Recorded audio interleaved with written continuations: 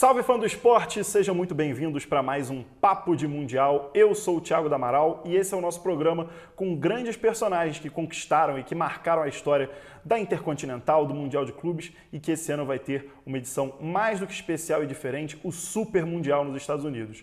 Ao meu lado, um cara que foi protagonista e herói de uma das maiores conquistas por um clube brasileiro, Raí. Raí, muito obrigado por estar com recebendo a gente aqui na sua casa. E eu vou abrir a nossa entrevista começando pela pergunta que eu tenho feito para todo mundo. O que significa para você a conquista, a disputa do Mundial de Clubes? Bom, primeiro que você sonhar em, né, é o que todo mundo sonha, né? Você chegar a ser campeão do mundo, chegar o maior do mundo na sua disciplina, na sua atividade. E no caso do esporte coletivo, né, com um grupo de amigos, que foi o caso, eu acho que representa um dos pontos auges da minha carreira e da minha vida que marca, né? Um momento que marca, a gente às vezes não tem tanta noção no momento, mas que com certeza as pessoas lembram, até hoje, né? As pessoas me olham e falam assim, pô, aquele gol de falta, não sei o quê, então marca para o resto da sua vida. E Raí, essa conquista do São Paulo de 92, ela meio que marca uma mudança de chave para os brasileiros dentro do torneio, né? A gente entrevistou o Diego Ribas, que falou pra gente que na infância era São Paulino e que lembrava daquela conquista de 92 e que foi aquela conquista que deu para ele uma visão de que, tipo, nossa, agora eu tenho o sonho de conquistar esse Intercontinental, ser campeão do mundo por um clube. Você tem noção vocês tinham naquela época noção do tamanho daquela conquista, que tinha sido uma virada de chave também para os brasileiros? A gente tinha um pouco, mas não tinha toda a ideia, né, do que poderia ser o impacto. Mas vendo com um pouco mais de distância, aquilo representou também um resgate do futebol brasileiro, né? Porque o Flamengo era 10 anos antes que tinha ganho o Campeonato Mundial. O Brasil, a seleção não ganhava desde 70. Então a autoestima do brasileiro, né, que tem ali como o futebol, uma das suas, né, representa a sua força, a sua cultura, que foi a primeira atividade no mundo onde o Brasil foi o número 1, que depois guardou, representa a nossa maneira de ser também. Então já estava há muito tempo. Então o que eu percebo que naquela conquista o Brasil inteiro acompanhou, né? Não foram só os São Paulinos, obviamente, os São Paulinos foram os que mais vibraram, mas torcedores de outros times daqui de São Paulo mesmo e do Brasil como um todo acompanharam aquilo e torceram para o São Paulo, até porque era um jogo vistoso, bonito, que é a essência do futebol brasileiro, né? Eficiente e com beleza, com harmonia, com um idealismo, né, que vinha também do Tele Santana e que acabou resgatando, né, a alma também do futebol brasileiro a nível internacional. E como é que foi a preparação para aquela partida? Porque você mesmo falou, era um jogo só, era um torneio muito diferente, principalmente do que a gente vai ter agora no meio do ano. Como é que foi a preparação de vocês? Desde a conquista da Libertadores até aquele torneio, foi uma preparação especial? Vocês falavam muito no dia a dia sobre esse jogo? O São Paulo, como clube, instituição, lançou um projeto, que era o projeto Tóquio, né? E que já tinha isso como objetivo, de colocar o São Paulo entre os melhores do mundo, foi construindo e foi dando certo também esportivamente dentro de campo. Agora, é engraçado, né? Porque parece mais difícil agora, porque tem mais clubes jogando, mas ao mesmo tempo é mais fácil você ter acesso à disputa do Mundial. Na época, você precisava ser... O São Paulo... Em 89 ficou em segundo do Campeonato Brasileiro, não jogou a Libertadores. Em 90 perdemos o Vasco primeiro em 89, em 90 perdemos o Corinthians na final do Brasileiro, não fomos para a Libertadores. E quando ganhamos em 91, aí que nós fomos para a Libertadores, aí não tinha como, né? Jogamos, as duas que jogamos, ganhamos. E agora é diferente, né? Você vai ter mais dificuldade lá na hora, mas ao mesmo tempo para acessar esse momento, então o São Paulo poderia ter sido mais vezes ainda campeão se tivesse um outro formato, como é o formato de hoje. E por isso, como era tão difícil chegar, você encara, assim, quando você ganha a Libertadores, você não pode perder essa chance. A gente viu que é considerado o melhor time do mundo, o Barcelona de Cruyff, que venceu. E a gente teve uma amostra, que foi um torneio de verão, que a gente ganhou de 4-1 do Barcelona. Claro que eles estavam no começo de temporada, né, preparação, uma pré-temporada, mas ali eles viram que iam encarar uma pedreira até... Aquilo nos deu confiança, esse jogo, que foi um torneio de verão, então 4, 5 meses antes de dezembro. E obviamente que a gente foi aprimorando, né, o nosso jogo, que já estava muito bom na Libertadores, já pensando no jogo do Mundial. E aí foi toda uma preparação, né, durante a temporada, né, o segundo semestre da temporada, mas principalmente nos 2 últimos meses a gente já ia preparando a fisiologia, fisicamente, programando uma viagem, já preparando para esse jogo, que é aquela, como eu falei, né, era uma chance única que você tem que chegar e matar e ganhar, felizmente deu certo. E você falou, né, vocês enfrentaram esse time do Barcelona antes, mas em outro momento. Mas como é que o que vocês sabiam daquele time já? Como é que era a visão de vocês daquele time? Porque hoje a gente falando parece fácil ver o Barcelona, mas naquela época não tinha tanto acesso a futebol europeu aqui. Como é que era? O que vocês sabiam daquele time? Bom, era o time de momento, o time da moda. Realmente a gente não tinha muito acesso a imagens, não tinha jogos como a gente vê toda semana dos jogos em qualquer lugar do mundo. Mas o Barcelona já vinha de uma sequência, já vinha de uma cultura, um estilo de jogo que o Cruyff impôs e que de alguma forma existe até hoje, né? Então a gente sabia o jeito deles jogarem, sabíamos também que eles gostavam da questão da técnica, de comandar o jogo e a gente também, né? Era um estilo parecido. Eu acho que nesse aspecto a gente teve uma vantagem, porque a gente, por mais que tivesse muito menos informação que a gente tem hoje, né, de todos os clubes do mundo, a gente tinha muito mais informação do que eles. Por isso que eles se surpreenderam quando a gente os venceu no torneio de verão, foi em agosto, se não me engano, né, de 92, por 4-1. Aí eles acabaram se preparando ainda melhor, estudando melhor o time do São Paulo. Mas nesse aspecto a gente tinha um pouco mais, porque o Barcelona tinha um padrão de jogo já há alguns anos com o Cruyff, que mesmo sabendo é difícil de marcar. Mas ao mesmo tempo eles tinham menos informações e eles se surpreenderam quando 4, 5 meses antes daquele jogo eles viram o nosso potencial, né? Acho que eles chegaram ainda lá super confiantes, mas eu acho que a gente também tinha uma confiança e tinha também uma estrutura de ambiente, de jogadores e tal, que a gente sabia que poderia ter um plus a mais do que aquele super time do Barcelona. E eles tinham um super time, mas era um momento também. O futebol brasileiro tinha muitos grandes times. E o time do São Paulo era um dos maiores times da história do futebol brasileiro. Naquela época era mais fácil também, esse nível parecia mesmo, vocês tinham essa noção também de que o nível era mais parelho do que é hoje, de a gente ter as estrelas também do futebol brasileiro aqui. Eu, por exemplo, eu tinha 27 para 28 anos, né? Então, tinham muitos jogadores experientes que hoje em dia talvez não já tivessem ido para a Europa antes. Tinha essa vantagem, mas o fato também do Tele Santana nós jogamos a final até o 92, dezembro de 92, e o Tele chegou em 90, né? Em 90. Então, teve 2 anos de preparação, que a gente perdeu as 2 finais antes do Campeonato Brasileiro, até chegar o título brasileiro em 91, que acho que isso ajudou, né? Talvez se a gente tivesse chegado um pouco antes, o time não estaria com essa maturidade toda como estava em 92.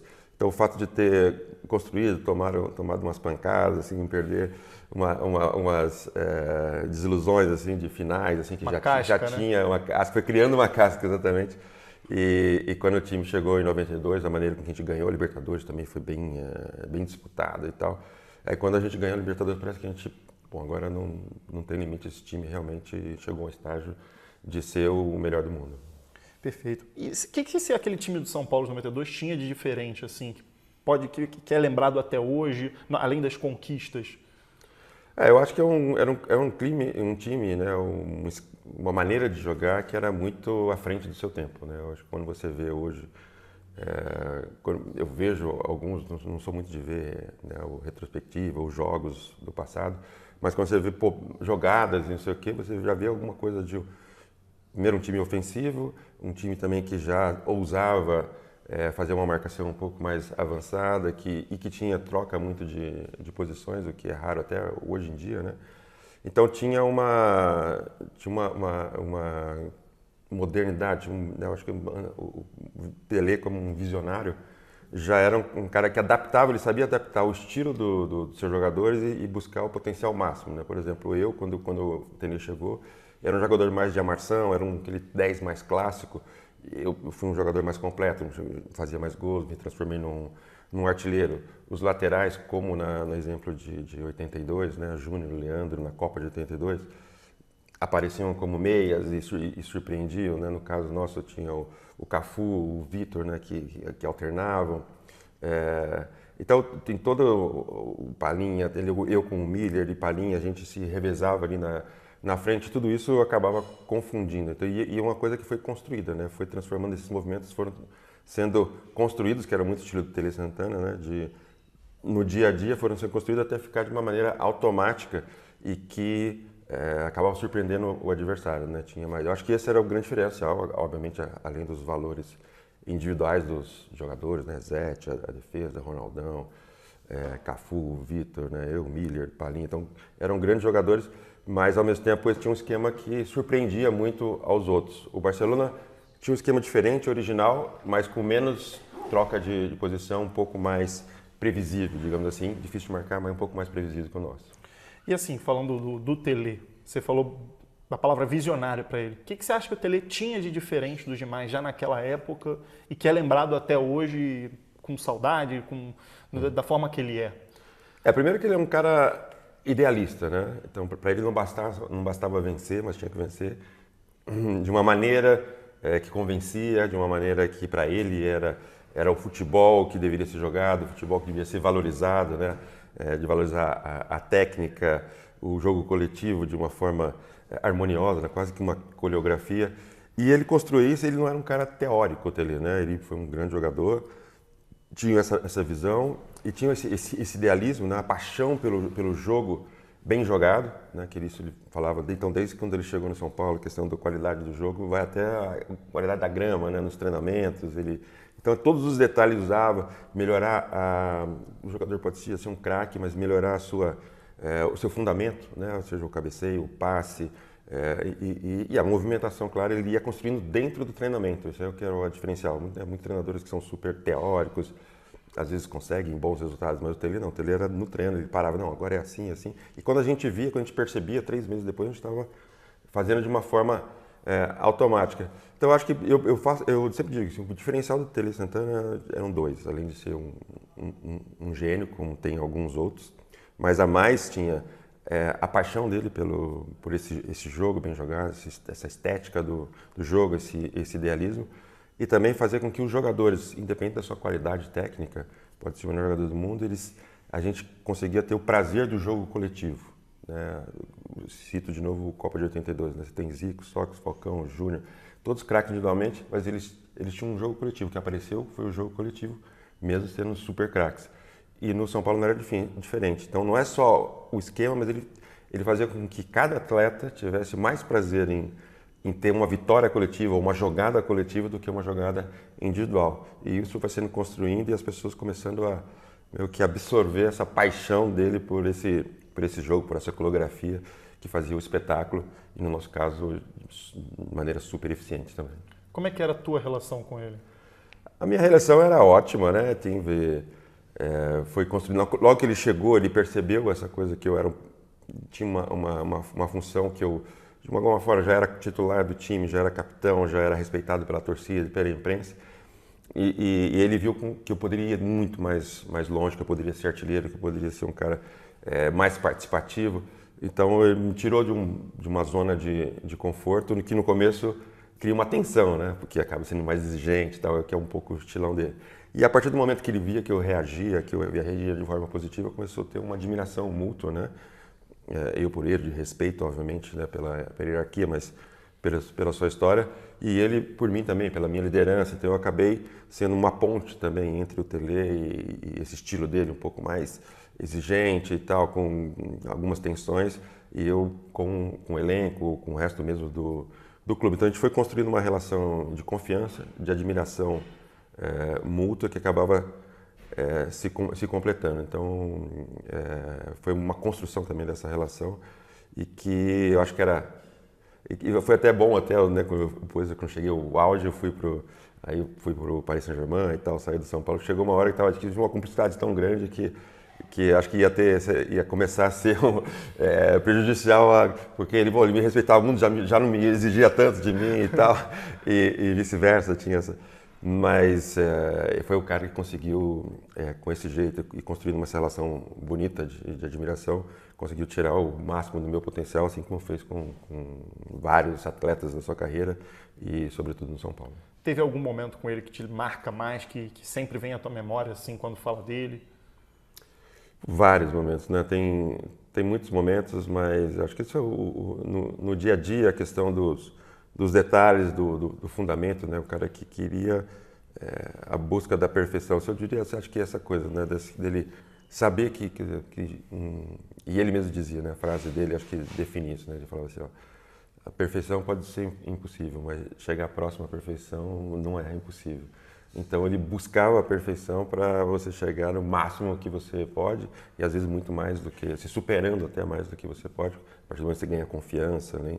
Você consegue até ultrapassar. Então é um cara que era um idealismo estético e da beleza do futebol, mas que ao mesmo tempo com uma ambição de chegar próximo do que é o ideal para ele, né? A beleza com eficiência. E olhando para o futebol hoje, principalmente no Brasil, você acha que algum dia, hoje a gente tem alguém que possa se aproximar dele, ou se não, algum dia a gente pode ter alguém que possa se aproximar desse nível de genialidade, de idealismo que ele tem? Bom, um Tele Santana surge, né, são raros e surgem em tempos, né? Mas eu acho que ele pode simbolizar um pouco o que eu acho que que é um pouco relacionado à nossa baixa de rendimento do futebol brasileiro, quando se fala em questão internacional em relação a outros países. Que eu acompanhei, e eu fui logo depois do Tele, eu fui para a França e acompanhei o quanto era investido em Portugal, na Espanha e na própria França, né? Quando cheguei na França, a França não tinha sido nenhuma vez campeão do mundo, hoje está disputando o final, né? As duas últimas finais, já ganhou 2 campeonatos mundiais, e eu percebi que teve muito investimento na formação de treinadores, né? Então, acho que um gênio surge, né, a cada 10, 20, 30 anos. Agora, quanto você investe na formação qualificada, né, de treinadores, a chance de surgir, né, acaba sendo muito maior, seja de grandes treinadores, acaba sendo muito maior. Então, acho que o Brasil pecou, né? Está tentando correr atrás. Assim, hoje em dia a CBF tenta fazer um curso que ainda não é reconhecido internacionalmente, mas já existe, mas que outros países começaram há muito tempo. Então, acho que falar do Tele Santana, falar de treinadores no Brasil, temos grandes treinadores, mas eu acho que não o suficiente para o tamanho que é o futebol brasileiro, do potencial que o futebol brasileiro tem. E isso passa não só para contar com esses gênios que viram referências, né, para as novas gerações, mas também por investir na formação de treinadores que não só cheguem na elite, mas que também fazem parte da formação dos nossos futuros atletas. Voltando a falar daquele jogo de 92, você faz os 2 gols daquela virada, o gol de falta, claro, é o mais marcante pela plasticidade do lance, mas quando você fez aqueles gols, quando dá o apito final, você teve noção do tamanho que você se tornou depois daquele jogo, ou isso só veio com o tempo, muito tempo depois? Não, muito tempo depois não. Eu lembro que teve um momento engraçado, assim, acho que 2, 3 dias depois, quando a gente voltou, assim, aí o Pintado como se fosse me acordando, assim, né? Olha o gol que você fez na final. Quer dizer, não foi qualquer gol. Ele me pegou assim e falou assim, olha o gol que você fez na final. Não é que você fez os 2 gols que virou assim, o jeito que foi, né? Aonde foi com a bola que entrou. Então foi assim que, acho que ali ele me acordou e falou assim, putz, mesmo, acho que eu fiz uma coisa que vai ficar para a história, assim. Então foi pouco tempo depois, mas não foi na hora, e foi um companheiro meu, acorda, meu, olha aí olha o que aconteceu, que a gente está vibrando aqui, vale tudo, mas tem esse plus, né, que é a beleza que foi, mas que representou, obviamente, né, todo o trabalho daquele time. Mas fiquei muito feliz, tanto é que, né, a gente falou do Tele, falou deles, a gente, na hora que faz o gol, saiu correndo para ir, porque também foram muitos treinamentos, muito para tentar ir aperfeiçoando aquele gesto, mas eu acho que vou dizer que foi a fichinha não estava caindo, o Pintado sacudiu para a ficha cair, para a ficha cair. E assim, aquele gol na tua carreira, em que prateleira você acha que você coloca? O gol, o segundo gol também, mas aquele, tudo. Em que prateleira você colocaria na tua carreira? É o mais marcante pra É o você? mais marcante, mais importante da minha carreira, sem dúvida nenhuma. Pela importância para o futebol brasileiro, que a gente estava citando, né, que estava passando por uma baixa. Importância para a história do São Paulo, né, que tinha sido a primeira Libertadores, primeiro Mundial, né, com 2 gols, então que botou o clube num outro patamar. Então, sem dúvida nenhuma, não só pela questão individual, mas pela importância que teve para a instituição que me lançou para o mundo e que eu, né, torço até hoje, que sou apaixonado, que é o São Paulo. E Raí, a gente estava falando desse time, o time de 92 e depois o de 93 também, mas o de 92 tinha muitos nomes que ficam marcados na história, assim, você tem pintado você, Miller, Palinha, Cafu e o Zete no gol. Só que a geração depois do Zete foi abençoada com o Rogério Ceni. Sim. E muita gente às vezes esquece, principalmente as gerações mais novas, a minha, por exemplo, que às vezes nunca viu o Zete tudo. Qual o tamanho do Zete? Assim, você que jogou do lado dele, como é que você pode descrever o Zete pro público atual, assim, para os mais jovens?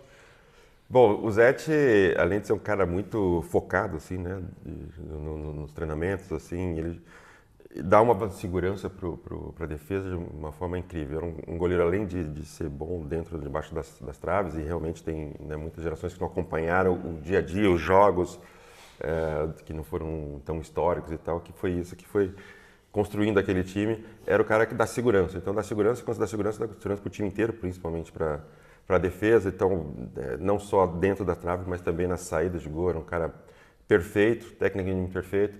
Foi um dos primeiros caras, o Rogério começou também, já tinha o talento, mas começar a saída de bola com os pés, por exemplo, né? Ele tinha uma saída perfeita, né? E que acabou fazendo escola dentro de São Paulo, as pessoas... veio desde o Gilmar, mas o Zete aperfeiçoou e depois o Rogério, com todo o talento dele também com os pés, né, foi aperfeiçoando ainda mais. Mas ele, acho que o Zete, até por ser um time que ousava, que era ofensivo, né, a gente se arriscava muito, né? Você só pode se arriscar, só consegue continuar com um jogo ousado se você tem uma segurança atrás. Então ele era a base de todo aquele time que podia fazer podia se arriscar, podia usar e podia tentar coisas novas, né? Tem uma vez o Pintado também, outra vez o Pintado, né? Quando a gente faz um gol bonito e tal, e a gente se junta, sei lá, na comemoração, e o Pintado fala assim, ó, se vocês continuarem assim, pode deixar que a gente segura lá atrás. Quando a gente fala segura lá atrás, era, claro, a defesa, o Pintado, que era o volante ali, que segurava tudo, mas também muito representado pelo Zete, toda a segurança que ele estava para aquela equipe toda se soltar. E pensando assim, se você está numa pelada, você tem no auge o Zete e o Rogério, você conseguiria escolher um dos dois? Quem que Os você dois escolheria? no auge? Pô, acho que eu botaria o Zete no gol e o Rogério de centroavante. Batendo falta. Fazer falta, pênalti, jogando. E o Rogério podia até se trocar, né? Mas o Zete com o pé na linha não ia dar certo, não. E Raí, olhando para a edição atual, você é um cara que você mesmo citou o Paris Saint-Germain. O Paris Saint-Germain esse ano vai jogar o torneio pela primeira vez, você sempre lá em Paris. Fala-se lá do lado do Paris Saint-Germain, já se fala nesse torneio? Tem alguma expectativa para essa primeira aparição deles num torneio mundial? Tem uma expectativa grande, assim, eu tenho ouvido falar bastante assim, da parte deles. Desse formato, o primeiro, e eles com essa ambição, né, de ser um clube internacional, querem também marcar a história, marcar o momento. Ainda não conseguiram a Liga dos Campeões, né, que é uma obsessão para eles, mas sem dúvida nenhuma, agora com esse novo formato, né, quase que uma Copa do Mundo mesmo de clubes no tempo e número de jogos, com certeza vai virar também, né, já tá virando uma obsessão para eles também, assim como a Champions League que eles estão buscando já há muito tempo. Eles não estão mais naquela era dos super craques. O Mbappé foi embora, Neymar, Messi, mas eles têm um time tão sólido que está, inclusive, surpreendendo. Está invicto até no momento da entrevista, está invicto no francês. Você acha que eles entram como um dos favoritos, um dos possíveis candidatos ao título? Hoje acompanhei, né, as oitavas de final, Liverpool e Paris Saint-Germain. E para mim são os dois clubes, né, que estavam até aquele momento. O Liverpool nem fez grandes apresentações, assim, só o segundo jogo. O primeiro jogo não foi bem contra o Paris Saint-Germain, mas os dois melhores clubes, não digo que são os dois melhores times do mundo, mas que estavam no melhor momento nesses dois times. E o Paris Saint-Germain acabou batendo o Liverpool, né, jogando em Paris, demonstrando personalidade lá, e é um time muito jovem, com muita alternativa, e que está pegando as ideias do Luiz Henrique e conseguindo fazer um jogo também coletivo, com todo mundo participando. A gente vê uma harmonia, mas é um clube, eu acho que tem a vantagem e desvantagens, né? É um time que com certeza vai crescer ainda muito mais, porque é um time jovem, né? A média de idade bem baixa, mas que ao mesmo tempo pode surpreender. Então eu não colocaria como o favorito ainda, porque é um clube, jogadores que ainda vão amadurecer, e tem um momento ou outro pode, mas tem capacidade de surpreender pela confiança que eles estão ganhando nessa temporada. E com a camisa 10 tem um cara que está inspirado também, principalmente nesse ano de 2025, que é o Dembélé. Ele tem chamado a tua atenção? O que você tem achado dele? Muita gente tem falado nele até na briga pela bola de ouro. Você tem achado que o nível dele tem sido esse mesmo? É um jogador que tem muito potencial, acho que não sei ainda pela bola de ouro, vai depender, né, dos outros concorrentes, mas ele sempre teve muita velocidade, muita técnica, e ele sempre pecava na decisão, né, seja na hora do cruzamento, seja na hora da finalização, e esse quesito é que ele está melhorando bastante. Então, eu acho que ainda tem a melhorar nesse quesito, mas sem dúvida nenhuma, entre os melhores jogadores do mundo ele já está, pela sua qualidade técnica e de física, né? De velocidade, de ginga até, um jogador que pode sair para os dois lados, chuta com a esquerda, chuta com a direita. Então é um jogador completo, mas que acho que ele tem muito a evoluir ainda nesse quesito da definição das jogadas, e obviamente que o clube estando bem ajuda bastante também, né? Quando você tem um time que está funcionando, ele vai ter mais chances, vai se aperfeiçoar, vai ganhar em confiança. Então o Dembélé se transformou, assim como está começando também a crescer na seleção francesa, como um dos jogadores importantes no mundo. Mas eu acho que ainda tem, ainda para ser o melhor do mundo, ainda acho que tem um caminho a ser perseguido.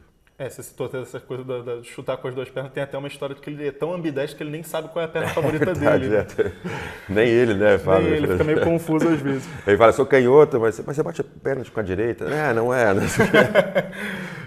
Enfim, olhando o grupo do Paris Saint-Germain, tem o Botafogo, um clube brasileiro. Qual o tamanho também do problema, entre aspas, que o Botafogo vai ter que encarar nessa fase de grupo? Você acha que é um jogo que tem capacidade de dar jogo, tudo? Eu acho que vai ser um jogaço, assim, no Botafogo, né, obviamente no nível que chegou na época da Libertadores. Estou acompanhando menos agora nesses últimos jogos, vamos ver no Campeonato Brasileiro. Mas é um time que conseguiu aliar, eu acho que o que chegou mais próximo, eu acho que se você pegar em características, o que chegou mais próximo de poder encarar os times europeus, né? Quando a gente pega o Santos, né, quando chegou na final do Mundial, assim, a gente via que tinha muita técnica, né, tinha um jogo bom, mas fisicamente ainda eram jogadores jovens, muito leves.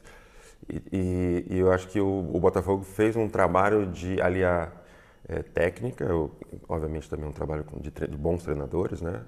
Uma sequência de bons treinadores, mas também com um potencial físico, né? Uma presença física, né, de duelo. Hoje em dia, eu acho que isso faz muita diferença nesses confrontos internacionais, porque hoje em dia, até mais do que na minha época, o contato corpo a corpo está sendo mais tolerado pelos juízes. A regra hoje a gente vê, no Brasil já mais, lá ainda mais, então essa coisa da trombada, de não sei o quê, de quase às vezes até empurrões, assim, são muito mais tolerados. Então a questão física pesa muito. Não que todos tenham que ser fortes, mas hoje em dia os atletas, né, estão conseguindo aliar força física, o duelo, com a técnica que faz a diferença. Então acho que isso pode ser uma coisa positiva. O Botafogo, claro que não entra jogando com os europeus, não entra como favorito, mas não tá muito longe não de conseguir. Perfeito. Partindo já para uma reta final, olhando para esse formato atual, quando a gente conversou com o Abel Braga, ele falou muito sobre esse formato fazer com que perca um pouco o charme de ir no final do ano, aquela expectativa, enfrentar o europeu, o clube brasileiro europeu. Você que disputou um formato até diferente do que o próprio Abel disputou, que já disputou o Mundial com os outros continentes. Você concorda com isso do charme? O que você acha desse novo formato? Eu acho que tem um desafio aí. Esse novo formato vai chamar a atenção dos torcedores. Eu acho que tem um cansaço, e não é físico só, né, mental dos atletas, ele vai ter como reagir.